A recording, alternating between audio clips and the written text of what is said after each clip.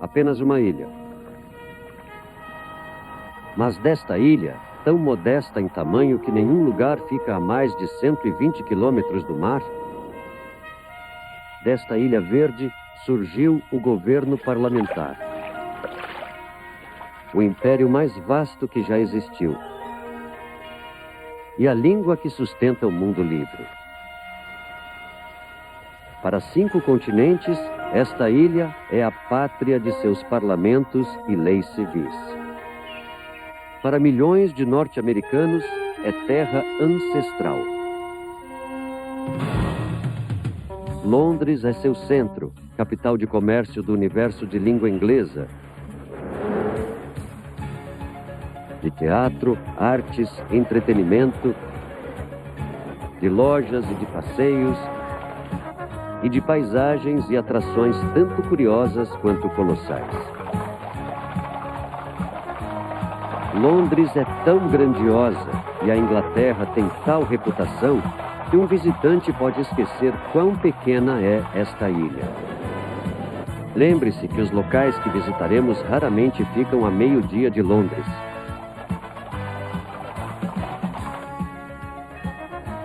Canterbury, onde capangas do rei assassinaram um arcebispo.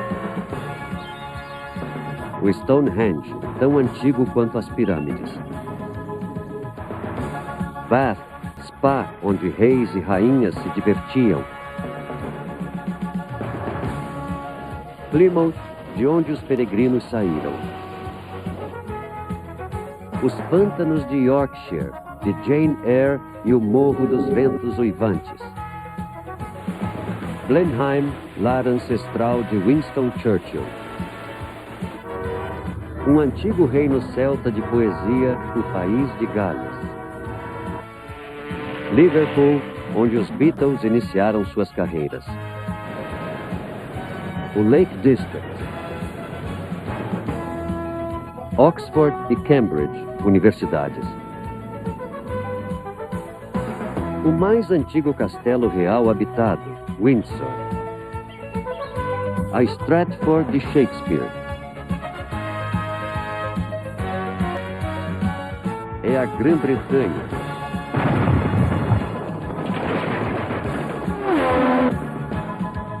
Britânia Real.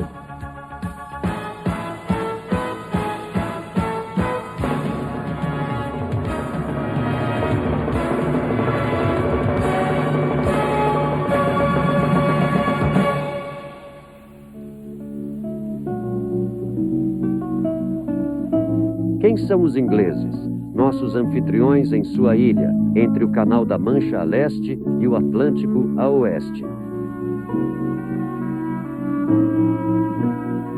A sua longa história revela, por vezes de forma brutal, que eles são uma mistura de tipos humanos, tais como americanos, canadianos e australianos.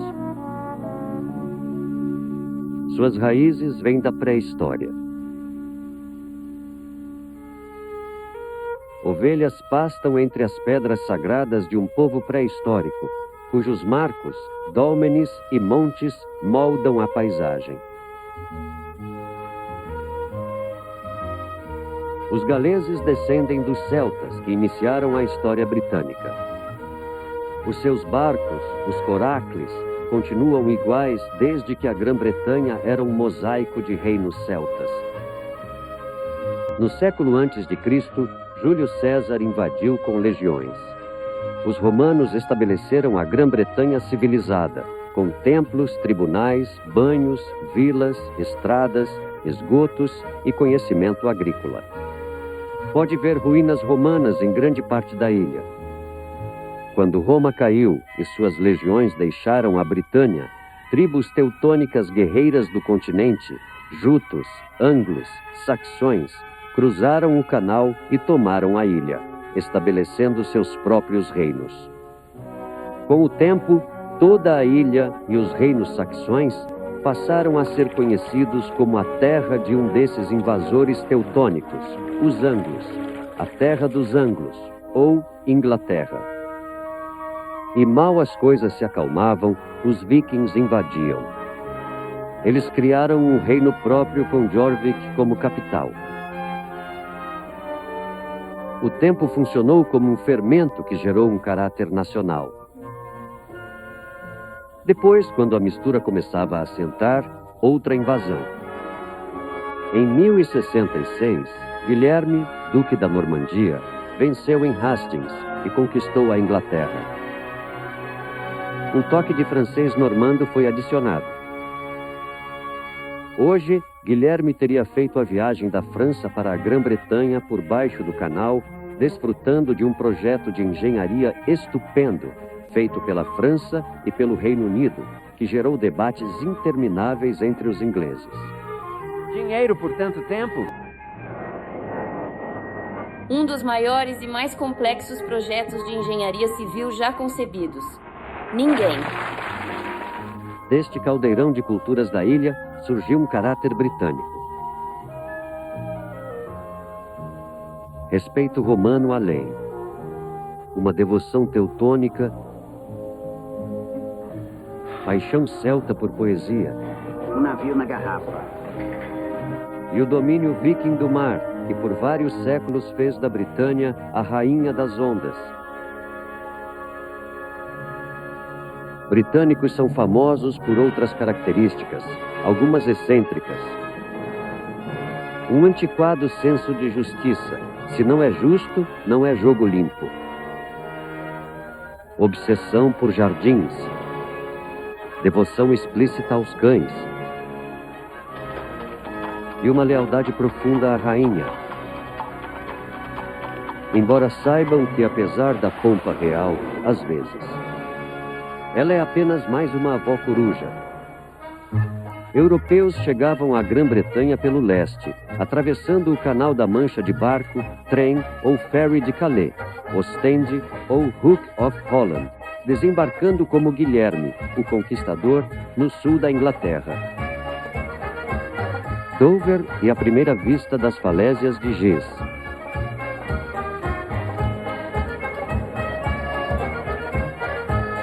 Dover é um porto agitado com visitantes de e para o continente.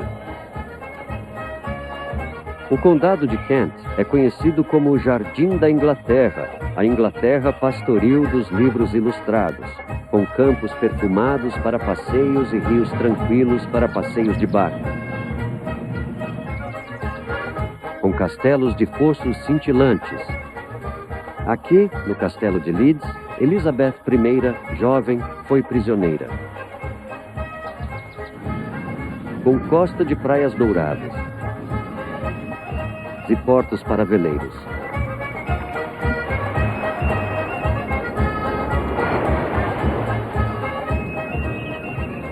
Com cidades e vilas amigáveis, seus nomes como um cardápio.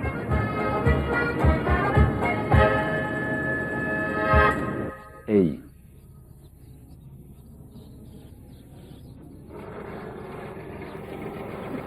Em Kent rural, o lúpulo é o principal. Vital ao sabor, o lúpulo britânico de Kent é apreciado por cervejeiros e em pubs locais. Pois para a verdadeira e autêntica alegria inglesa é a cerveja da Inglaterra, nosso próprio John Barleycorn. Olá, John. Pubs são um modo de vida na Grã-Bretanha. São locais saudáveis com cerveja, xerez, destilados e comida típica de pub. É o nosso John Barleycorn. A cidade de Canterbury atrai pessoas desde os peregrinos de Chaucer. Por 1000 anos, esta catedral foi a sede do arcebispo que chefia a igreja inglesa. Thomas Becket, arcebispo do século XII, foi morto e sepultado aqui. Becket foi amigo e chanceler de Henrique II. Ao surgir o conflito, ele escolheu a igreja em vez da coroa. Ninguém vai me livrar deste padre turbulento? O rei chorou. Os capangas do rei confrontaram Becket. Aqui o mataram. Mais tarde, o rei Henrique fez penitência pelo crime. Despido, foi açoitado diante da população. Jorge IV, monarca posterior, não foi penitente. Ele transformou a vila pesqueira costeira numa Disneylândia do século XVIII. Brighton fica a 1 hora de Londres, Victoria Station. Ela oferece tudo o que um turista poderia desejar, exceto paz e sossego. O bizarro triunfo do príncipe regente George foi o Royal Pavilion. E aqui ele entretinha como um príncipe. Em ao menos uma ocasião, Sua Alteza Real comeu muito na cozinha entre as panelas dos ajudantes. Agora estamos prontos para ir atrás do proprietário. Por que não? Vamos em frente. Depois desta noite, todos aqueles rapazes estarão me ligando. Animado, divertido, elegante e tudo mais.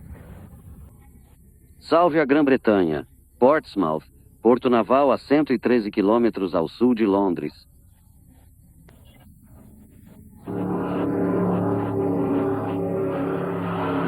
De Portsmouth, no dia D, 6 de junho de 1944, as tropas aliadas invadiram a França. O maior impulso para a vitória na Guerra Europeia.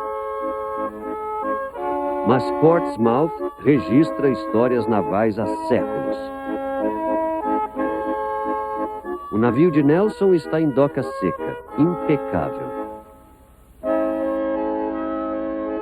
O Mary Rose esteve no fundo do mar por mais de 4 séculos.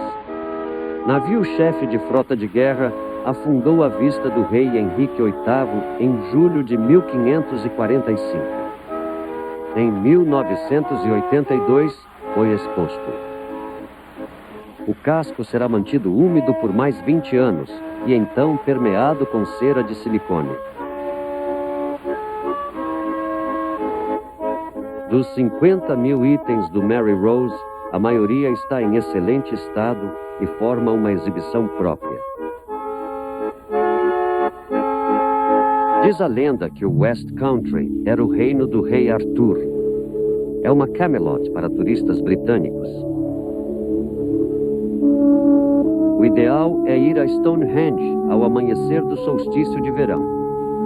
A essa hora, o sol nasce sobre a pedra do calcanhar, reforçando a ideia de que Stonehenge era um observatório.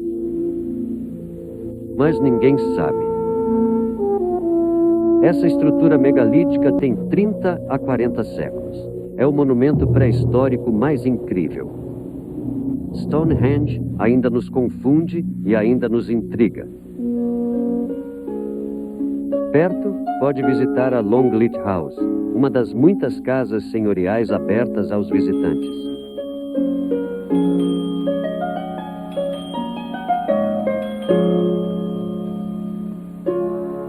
A maioria dessas casas ainda é habitada por aristocratas que hoje se esforçam para pagar impostos.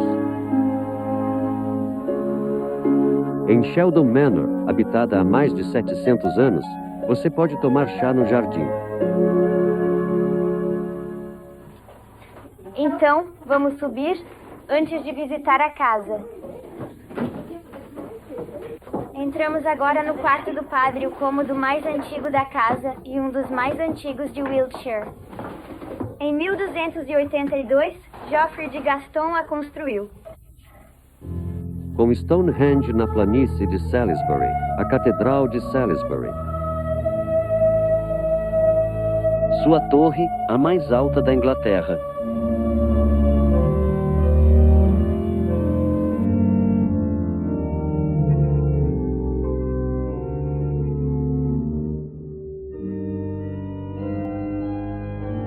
É uma catedral imponente e sua torre, a mais alta da Inglaterra, se eleva majestosamente ao céu, dominando toda a paisagem de Salisbury e seus arredores com sua imponente presença.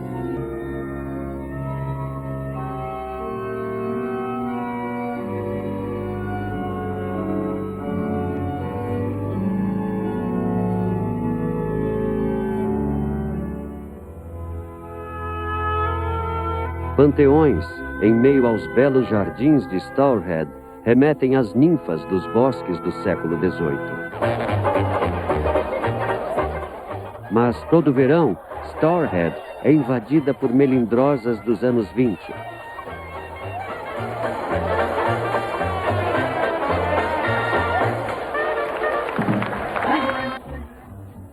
Excêntrico, nostálgico. Romance. É o festival de jazz de Stourhead.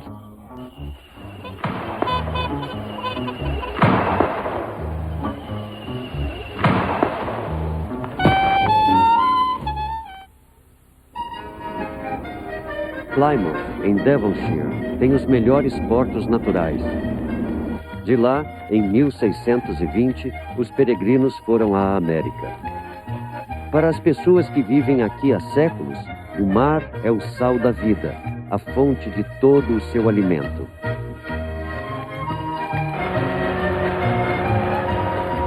E de diversão.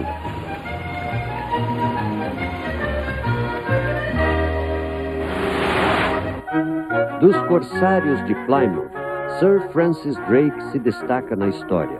Foi o primeiro inglês a navegar o globo.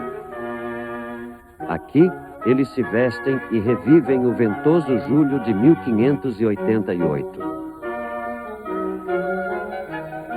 Sir Francis desfrutava de um jogo de bocha quando uma vasta flotilha, 125 navios com 24 mil homens, passou por Plymouth Hoe, ansiosa por saquear a pequena Inglaterra. Os historiadores chamam-na Armada Espanhola. O alarme foi dado. Amante de desporto, Sir Francis terminou o jogo de bowls antes de cuidar dos espanhóis.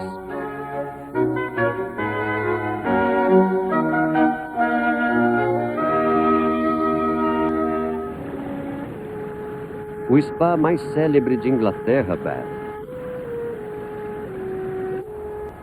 Os romanos logo usaram as águas daqui, as únicas fontes termais na Grã-Bretanha. Em 53 d.C., construíram um spa com piscina olímpica e calçadões para relaxar. O que era bom para os romanos, era bom para a realeza britânica. Após a visita da rainha Anne em 1701, Bath transformou-se num cenário georgiano de crescentes e praças. Ainda se desfruta da água de Bath, que lhe deu nome e fama. Os rios Avon e Severn são artérias vitais do coração inglês, batendo calmos em vilas idílicas, mas com forte murmúrio em centros industriais.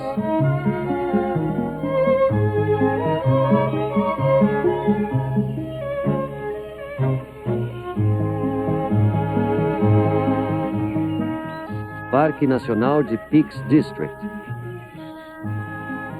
Em Cannock Chase, veja gamos abundantes.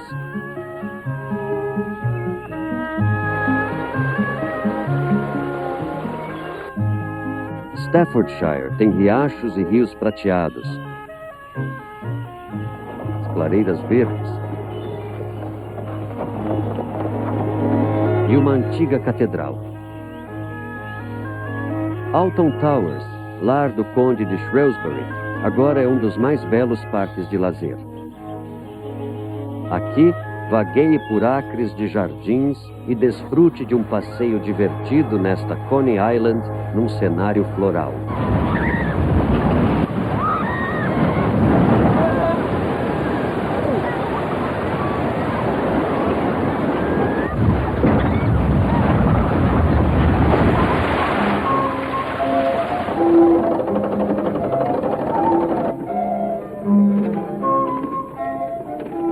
O Museu Gladstone, em Longton, uma das 6 cidades cerâmicas de Stoke-on-Trent, merece uma visita.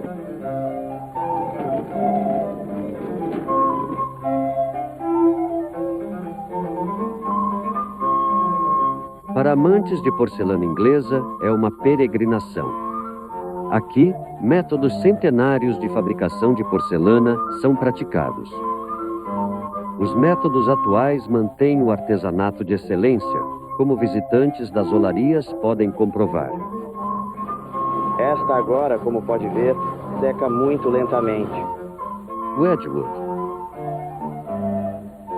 Spode também. Royal Doulton. A duração manual é a aplicação de ouro líquido 22K. Beleza, qualidade, função. A porcelana de Staffordshire é valorizada no mundo todo.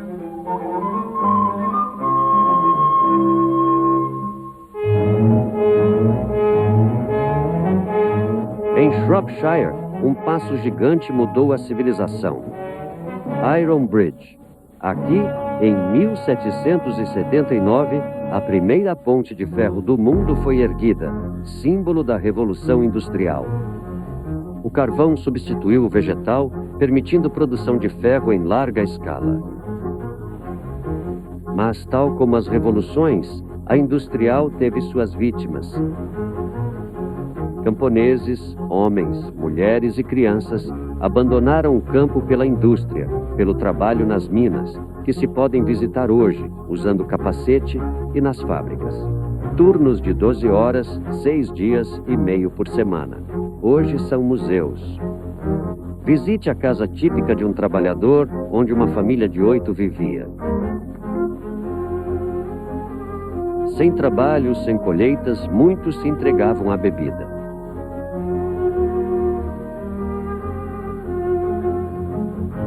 A locomotiva a vapor, bênção do novo industrialismo. Ferrovias uniram o mundo por uma rede de trilhos. Em Bridgnorth, embarque na melhor ferrovia a vapor britânica.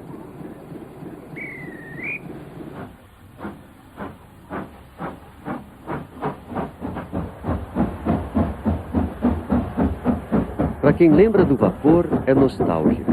E para a geração atual, é uma viagem à era de ouro das ferrovias.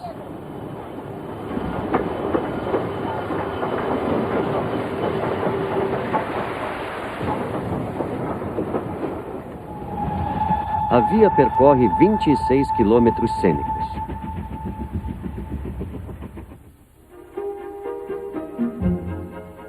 Olhando pela janela do vagão, é óbvio que na era pós-industrial, a agricultura teve um belo retorno em Shropshire.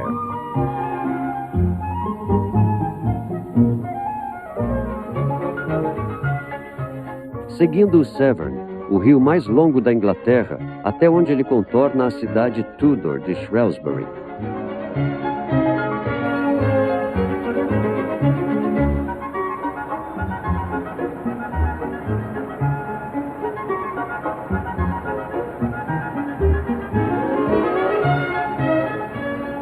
Casas em Enchaimel, até nomes de ruas vêm de outro século. Butcher Row, Fish Street.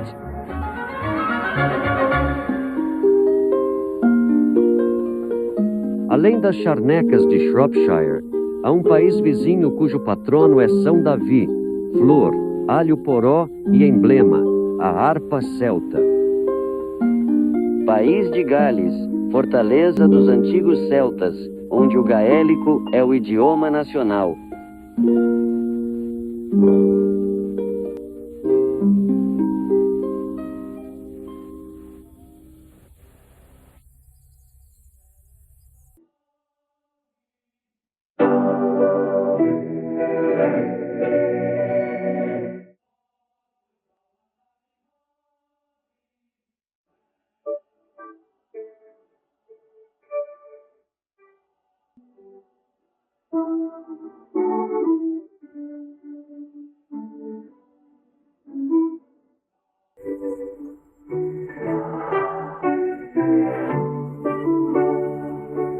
Ninguém defendeu melhor o país de Gales natal do que Richard Burton.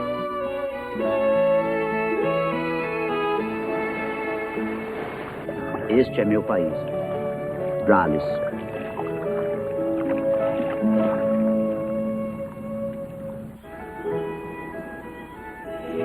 A agricultura ainda é essencial à economia galesa. No país de Gales, há 3 ovelhas para cada pessoa. Pastores orgulham-se dos seus cães espertos e os levam a provas de pastoreio. É um lugar para um tenso jogo de habilidade e controlo.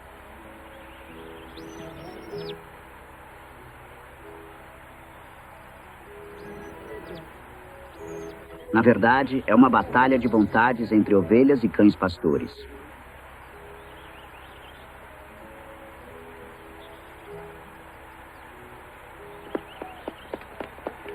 É o nosso principal desporto e a segunda religião, o rugby. É intenso e excitante. Caernarfon.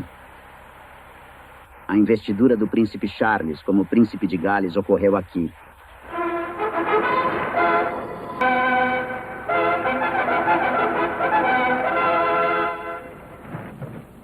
Eu, Charles, príncipe de Gales, juro ser seu homem leal de vida e membro, e de adoração terrena e fé e verdade vos dedicarei, para viver e morrer contra todos.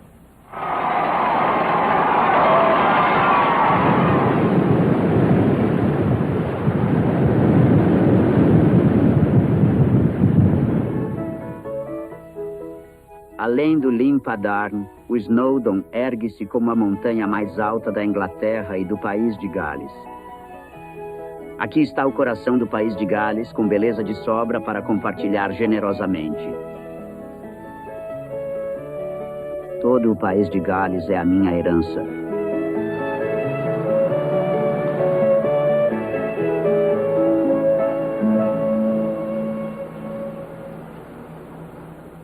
Condados da Rosa.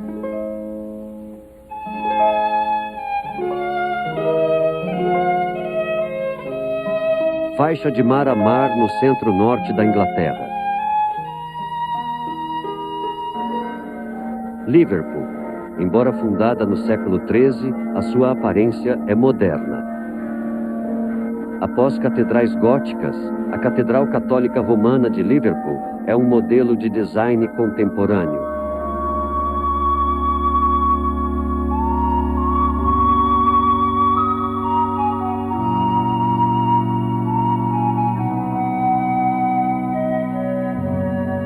Construída sobre vasta cripta, onde pedra de 6 toneladas sela os túmulos de arcebispos.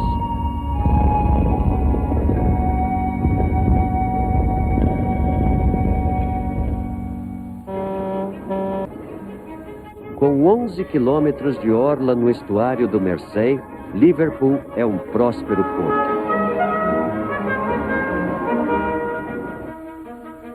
Foi o último porto que multidões de imigrantes europeus viram antes de avistar a Estátua da Liberdade. Também é um porto inicial para novas ideias do exterior, na arte e música pop. Com algum exagero, Allen Ginsberg chamou Liverpool de o centro da consciência humana. Talvez por isso os 4 de Liverpool, precisando de um corte, se juntaram aqui. O que significa? John criou o nome Beatles e vos contará agora. Ok.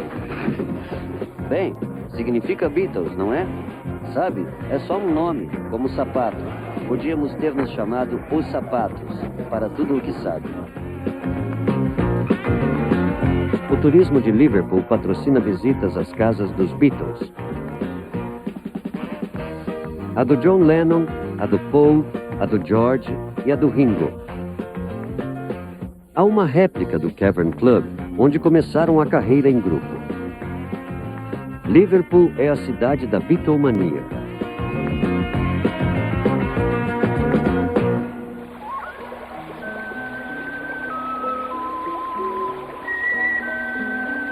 Nas montanhas de Cúmbria, as águas se acumulam e fluem para 16 belos lagos da era glacial.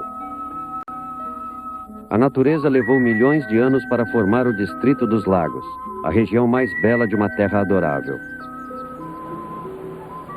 O poeta Wordsworth viveu aqui crendo na comunhão com a natureza para a dignidade e liberdade humanas. É uma sensação de majestade, beleza e repouso. uma mistura de santidade da terra e do céu. O distrito é agora um parque nacional. Apesar do número de visitantes que atrai, permanece intacto. A leste fica York, a cidade murada, com sua grande catedral. York foi capital viking da Inglaterra. Amantes de comboios vêm ao Museu Nacional dos Caminhos de Ferro. Sua vasta coleção é soberba. Este comboio era da realeza. E espreitar suas carruagens suntuosas.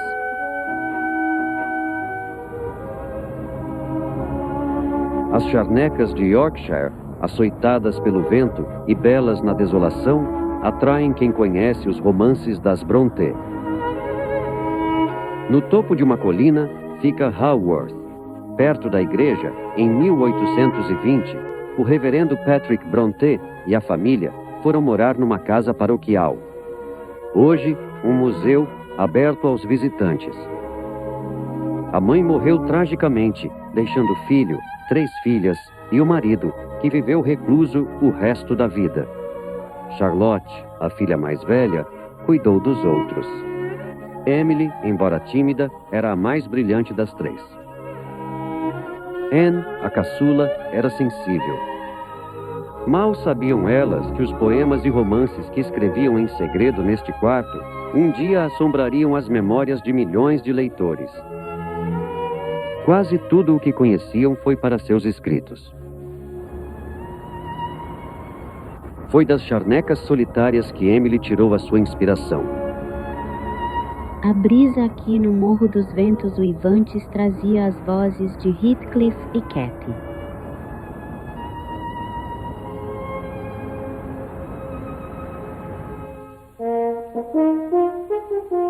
Seguindo para o sul, rumo a Londres.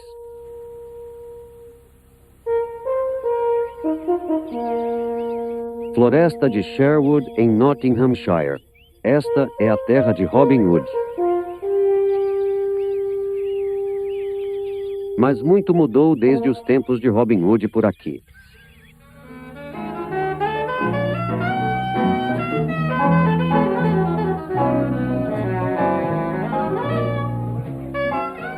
Visitar o pub Jerusalém é uma viagem agradável ao passado.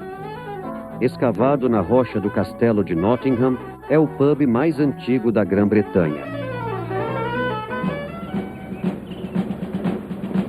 Cambridge, onde turistas visitam faculdades de barcos sob salgueiros no rio Cam.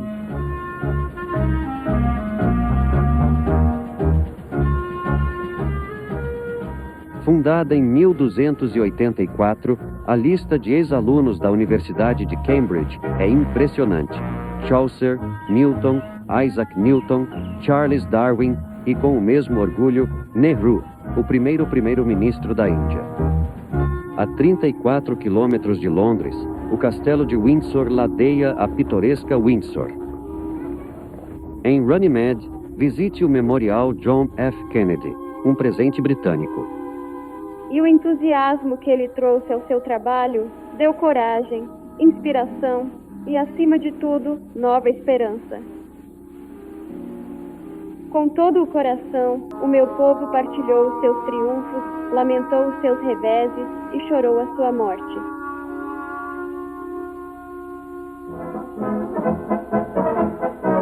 É domingo à tarde e há um concerto no terraço leste do castelo de Windsor.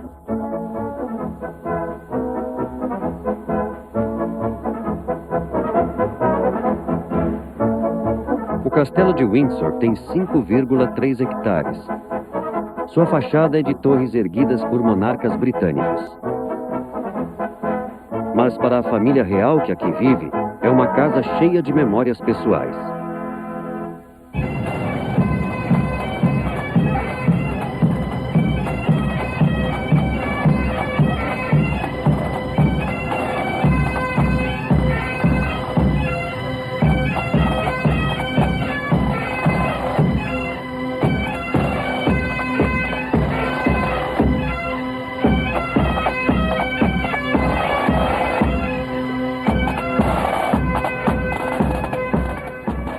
Aos domingos, muitas salas abrem ao público. Há 400 anos, a rainha Isabel I ordenou que as comadres de Windsor, de Shakespeare, fosse apresentada aqui, hoje, Câmara de Waterloo. É o mesmo quarto onde, quando crianças, a rainha Elizabeth II e a princesa Margaret atuaram para seus pais reais. Isabel cresceu em Windsor, final dos anos 30. Em Windsor, Isabel foi cortejada pelo príncipe Filipe da Grécia. No grande parque de Windsor, o príncipe Filipe é visto praticando o colorido desporto de condução de equipas de cavalos, pelo qual ganhou muitos troféus. E foi de Windsor, em 1936, que o tio de Isabel, o rei Eduardo VIII, transmitiu a sua abdicação, cedendo a coroa ao seu irmão pela mulher que amava. Isso abalou a monarquia britânica. Eduardo foi criado para reinar sobre o maior império da Terra e estava acostumado a conseguir o que queria. Como príncipe de Gales solteiro, ele era um príncipe de conto de fadas e um bom partido. Ele subiu ao trono aos 44 e anunciou que casaria com uma americana divorciada, Wallis Warfield Simpson, e a tornaria rainha. O primeiro-ministro e o arcebispo da Cantuária proibiram. Edward não obteve o que queria. De uma pequena sala em Windsor, onde brincara em criança, ele transmitiu a sua abdicação aos povos do Império Britânico. Mas, para mim, tornou-se impraticável carregar o pesado fardo da responsabilidade e cumprir os meus deveres como rei, da forma que eu desejaria, sem a ajuda e o suporte da mulher que amo.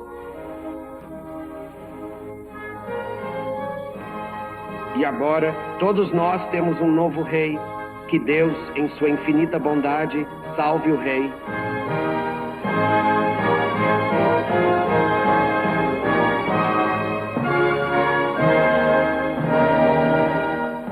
Edward casou-se com a senhora Simpson e exilou-se. O título com o qual ele e a mulher que amava viveram os seus dias foi o de Duque e Duquesa de Windsor. O coração e a capital da Grã-Bretanha, Londres.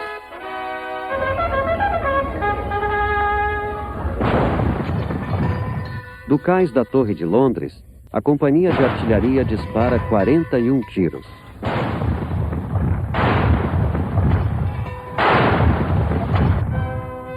A Torre de Londres é uma fortaleza feita por Guilherme, o Conquistador, há 900 anos. É a atração turística mais popular do Velho Mundo. Ao longo dos séculos, funcionou como palácio, arsenal e arquivo da Justiça do Rei. E hoje, joias da coroa. Os guardas das joias são conhecidos como Guardiões da Torre. Seus colarinhos e túnicas são tão emblemáticos quanto a Union Jack. Sempre prontos a ajudar e informar. Como prisão e local de execução, a torre ganhou má fama. É uma lista de quem é quem da Inglaterra Tudor.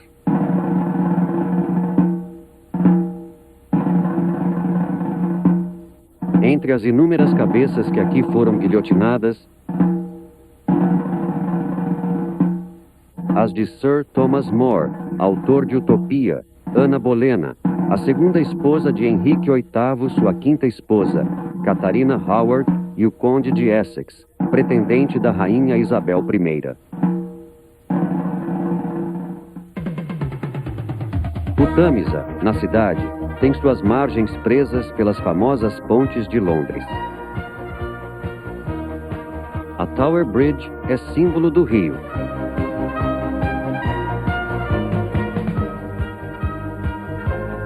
A ponte Blackfriars oferece bela vista da Catedral de São Paulo. Sir Christopher Wren reconstruiu a antiga St. Paul's, destruída no grande incêndio de Londres de 1666. o arquiteto jaz na catedral. Seu epitáfio em latim diz: aqui jaz Sir Christopher Wren. Se buscas seu monumento, olha à tua volta.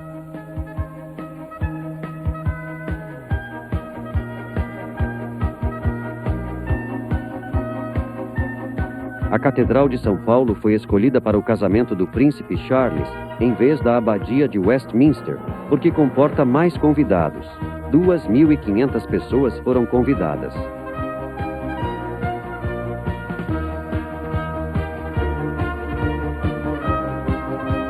Na ponte de Westminster, o parlamento e o relógio que os londrinos usam para acertar a hora. O parlamento reside no Palácio de Westminster desde 1547. Cerca de 50 anos depois, Guy Fawkes tentou explodir o local com pólvora.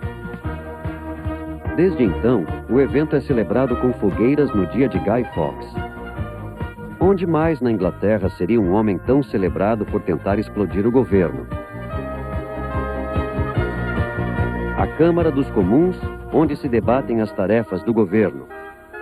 Nesta Câmara, grandes vozes ecoaram. A de Lloyd George, a de Churchill. Pedra angular do Reino Abadia de Westminster. Por 9 séculos, a realeza inglesa foi coroada nesta igreja. Em casamentos grandiosos, frutos de casamentos reais e a um mero sopro de distância, confirmados na morte. Contudo, a coroação é a certificação mais vital na monarquia. Este trono de carvalho, gasto, foi feito em 1300 para a coroação de Eduardo I, sendo o assento preferencial desde então. Apresento-vos a Rainha Elizabeth, a vossa rainha indiscutível. Todos vós que hoje viestes prestar homenagem e serviço, estáis dispostos a fazer o mesmo?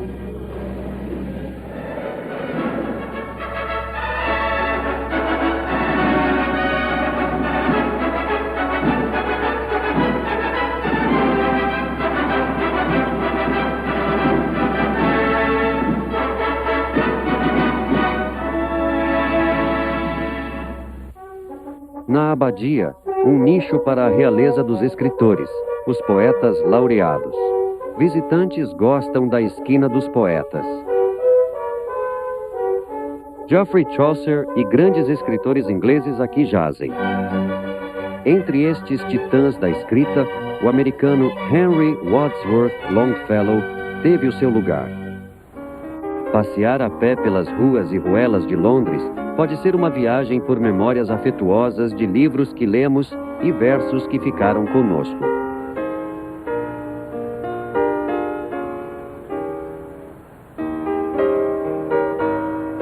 A casa de Samuel Johnson está num pátio pequeno. Quem está cansado de Londres, está cansado da vida. Foi na Wimpole Street que Robert Browning cortejou Elizabeth Barrett. Como eu te amo, deixa-me contar. Amo-te até a profundidade, largura e altura que a minha alma pode alcançar. Em Chelsea, na Tite Street, vivia Oscar Wilde. Só há uma coisa no mundo pior do que falarem de nós. É não falarem de nós. O autor americano do Almanaque do Pobre Ricardo morou nesta casa durante a sua estadia em Londres.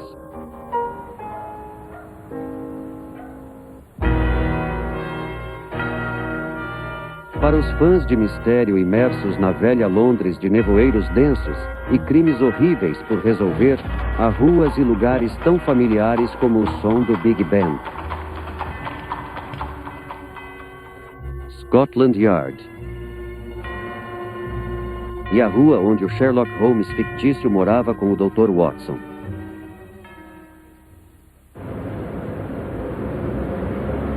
Turistas lotam os portões da residência da rainha em Londres. Buckingham.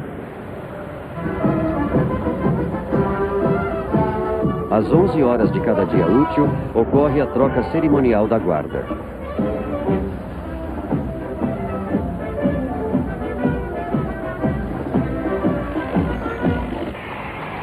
A varanda do Palácio de Buckingham é a mais famosa e a mais fotografada do mundo. Um dos deveres públicos da realeza. Aceno.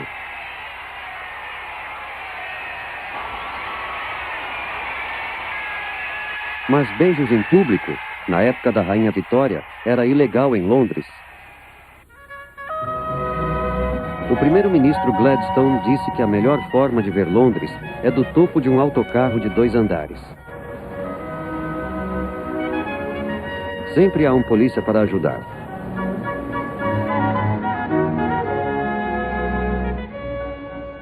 Um colosso do almirante Nelson olha com indiferença para o trânsito caótico lá embaixo.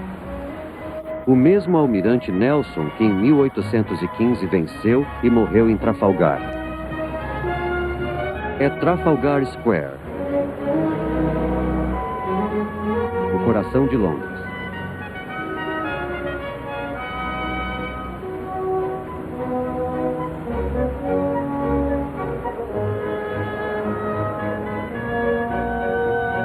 No século XIII, agiotas estabeleceram esta área como o distrito financeiro da cidade, guardado pelo Banco de Inglaterra, a velha senhora da Threadneedle Street.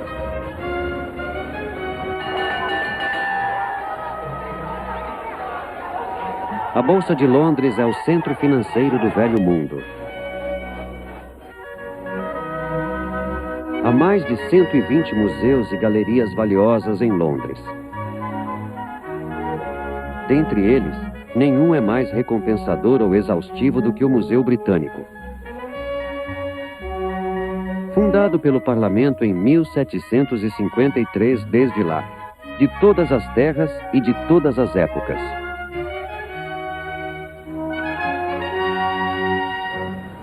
Um museu de outro tipo é o Madame Tussauds, o mais famoso museu de cera do mundo.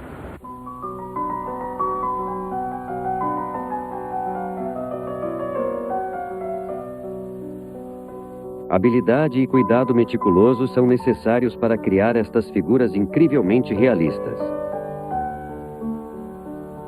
Madame Tussauds viveu durante a Revolução Francesa. Ela iniciou suas obras em cera com Maria Antonieta, usando a cabeça guilhotinada da rainha como modelo.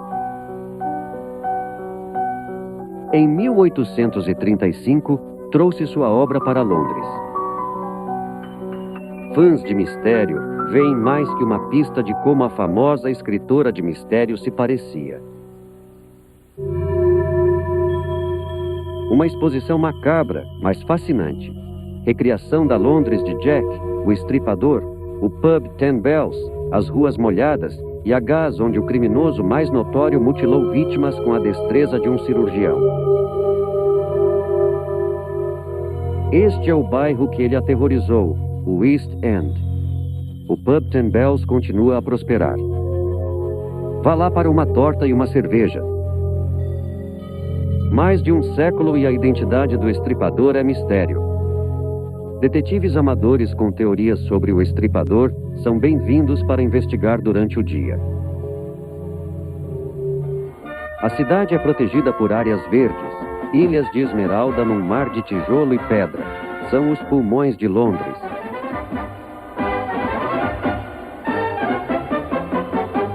O St. James Park, junto ao Palácio de Buckingham, é o parque real mais antigo de Londres. Antigamente pertenceu ao rei Henrique VIII, que reivindicava essa vasta área para caçadas. Hoje pertence ao povo. Carlos I abriu ao público o Hyde Park.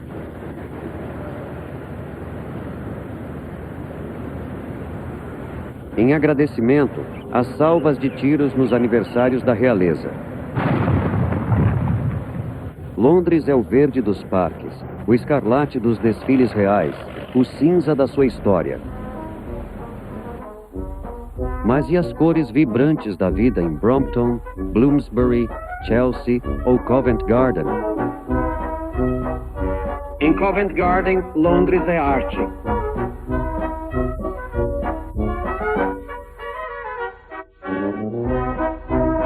Nas ruas? Nos palcos? Manhã. Meio-dia.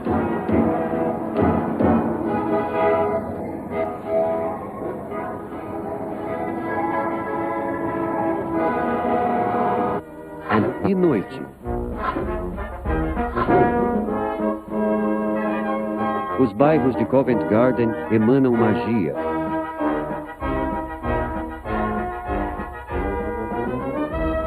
Um lugar para brincar com fantasias.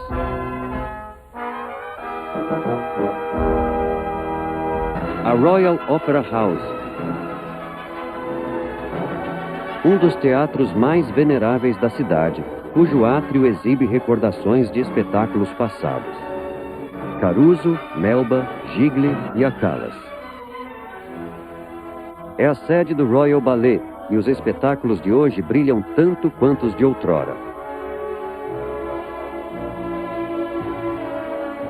Em Covent Garden, o primeiro show de Punch e Judy fez sua estreia.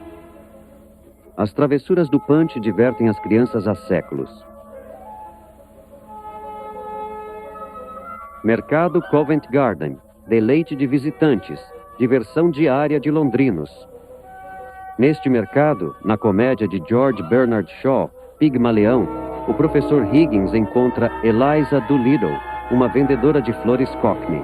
O resto é história do teatro. Pigmalião virou My Fair Lady, um dos musicais mais populares de sempre. Londres tem duas St. Paul's, a Grande Catedral e a St. Paul's de Covent Garden. Esta é a Igreja dos Atores.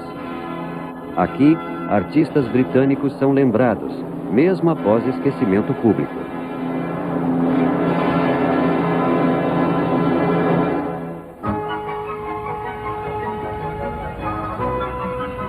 Em Piccadilly Circus, o teatro. Do vibrante coração de Piccadilly, irradiam inúmeros teatros que oferecem espetáculos de primeira linha.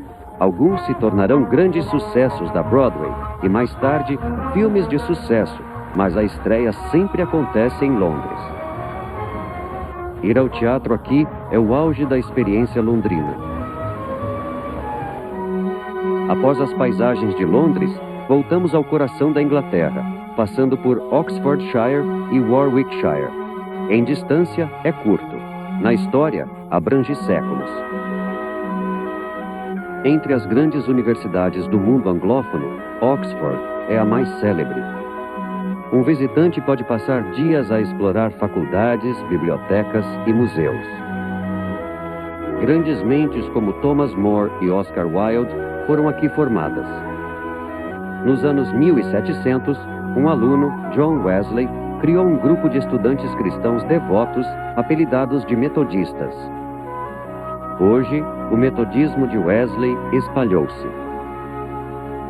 Charles Dodgson, professor de matemática em Oxford, escreveu Alice no País das Maravilhas, como Lewis Carroll em Sabático. Dos 1.100 hectares de parque do Palácio de Blenheim, partem das margens de um lago artificial em Oxfordshire. Blenheim foi a residência dos duques de Marlborough, um palácio barroco de proporções magníficas, cercado por jardins.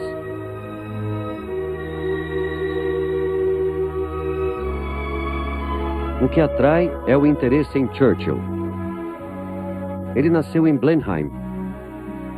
Os 320 quartos são suntuosos, dignos dos grandes duques de Marlborough, de quem Winston descendia por parte de pai. Mas o quarto mais visitado é o de Churchill. Visitantes do Zeuá são lembrados de que muito sangue americano corria nas veias de Winston Churchill, cuja mãe era a calorosa Jenny Jerome de Nova York, que Douglas MacArthur era seu primo distante, e sua trisavó era uma índia iroquesa de sangue puro.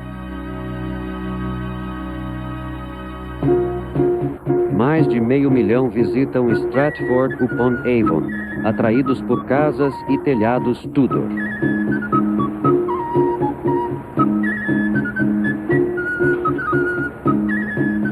É a poeira de Shakespeare.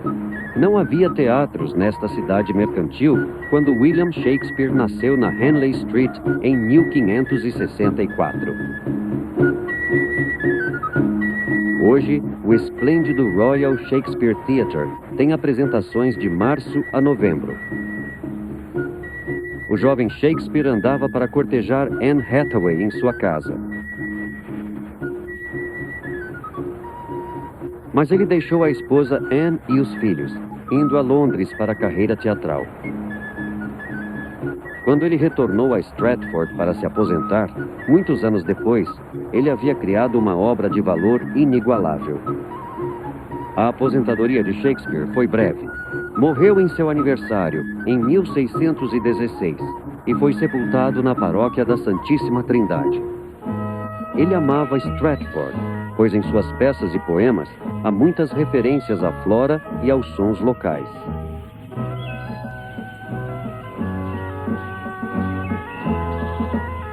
Seu primeiro contato com o mundo feudal de Hotspur, Falstaff e Príncipe Hall, imortalizado em suas peças históricas, pode ter sido no castelo de Warwick, situado num penhasco rochoso sobre o rio Avon. Para os visitantes mais corajosos, há um tour arrepiante pela câmara de tortura do castelo. Talvez um vislumbre deste lugar tenha inspirado Shakespeare e versos como Os reveses inesperados da vida. Certamente, ele reconheceria o castelo de Warwick como é hoje. O que Shakespeare acharia mudado é Coventry, a apenas 30 quilômetros de Stratford. Mas ele logo entenderia como Coventry se tornou um símbolo da resiliência inglesa.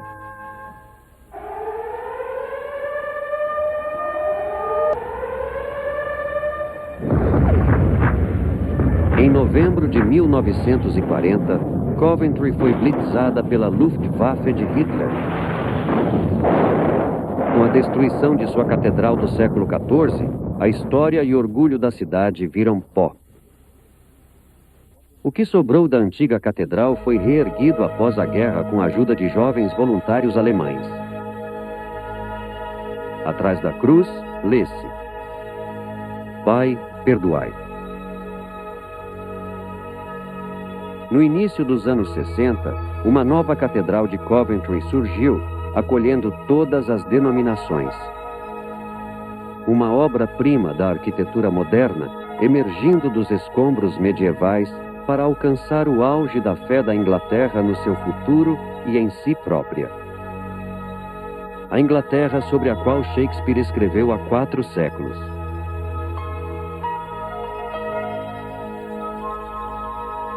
Este trono real de reis, esta ilha cetrada, esta preciosa pedra no mar de prata, esta raça feliz, este mundo, este terreno abençoado, a terra, o reino, esta Inglaterra,